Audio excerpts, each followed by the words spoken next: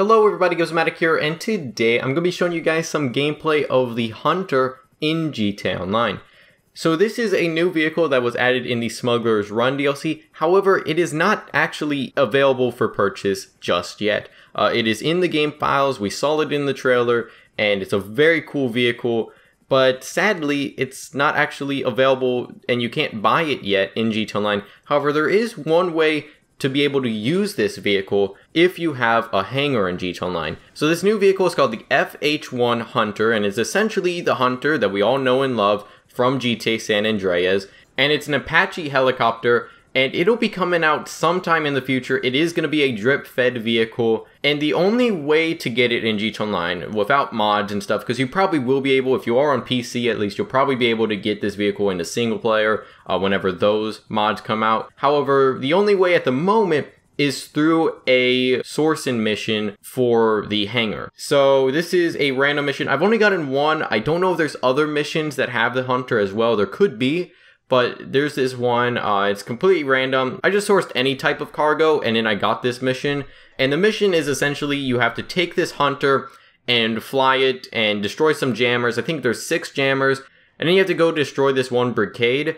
And then you steal some supplies, some enemies come after you, and then you fly back to the hangar and then you're done. But yeah, the only way really at the moment is to just keep sourcing missions and hope that you get the Hunter mission if you do want to fly it yourself. But as for how much this vehicle will cost in GTA Online, and so Foxy Snaps on Twitter, which I'll have a link in the description to his Twitter, he posted a picture of all of the vehicles, all the drip-fed content that is on the Legendary Motorsport, on the Warstock Cash and Carry website, and all those new websites, and it has all the prices of the new vehicles.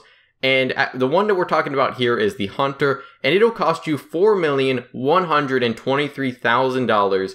However, you can get that down to $3,100,000 if you get the trade-in price. And FunMW2 just recently tweeted out that to get the trade-in price for this vehicle, you're going to need to do 42 different supply missions for your hangar, which doesn't seem to be that bad. So, you know, start grinding now because it's probably going to be a long time until this Hunter comes out for the game. My guess is that it's going to be one of the last vehicles in the game to release. And there's 2 reasons I'm saying that. One is because if you look at the Foxy Snaps Twitter picture, it is the 2nd top vehicle on the Warstock Cache and Carry website.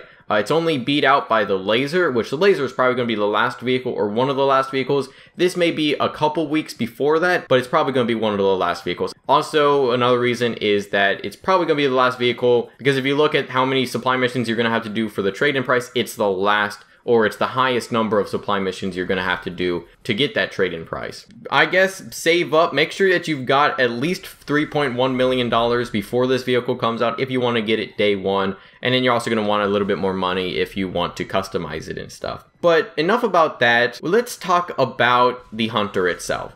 And you are seeing in the background some of the gameplay. Now keep in mind that this is only in the mission. It's customized. You know, I don't know exactly what upgrades are going to be on it whenever it comes out. So just keep that in mind. So the first is that you do get homing missiles that you can fire once at a time.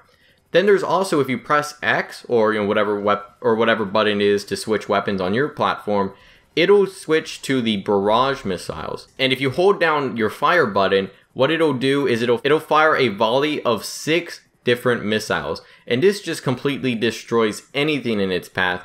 It's awesome. It very much is. These don't lock on to targets though. Keep that in mind. The homing missiles, which only fire at one at a time, are the only ones that do lock on. And then also another thing is that if you hold down right on the D-pad, then it'll open up the bomb bay. So this lets you drop at least one bomb and then a cluster of bombs. You'll probably be able to change these to other bombs that are available on the airplanes and stuff.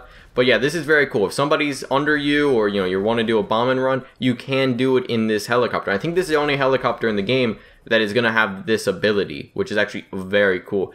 Also, another thing, and I can't confirm this because whenever I did this mission, I was the only one in my CEO organization, so nobody was able to get in the vehicle. I think the co-pilot will have a machine gun. I don't know if this is going to be a cannon or what, but you can see in the front of the vehicle that it does have this sort of minigun or cannon or something I'm sure you're going to be able to use as a co-pilot. So that's going to be very cool as well. We're going to have to see some of the other customization on this vehicle. I don't know if it's going to have flares or anything. So yeah, we're going to have to wait and see what's going on with that. Maybe some people on PC will be able to figure out what the customization is.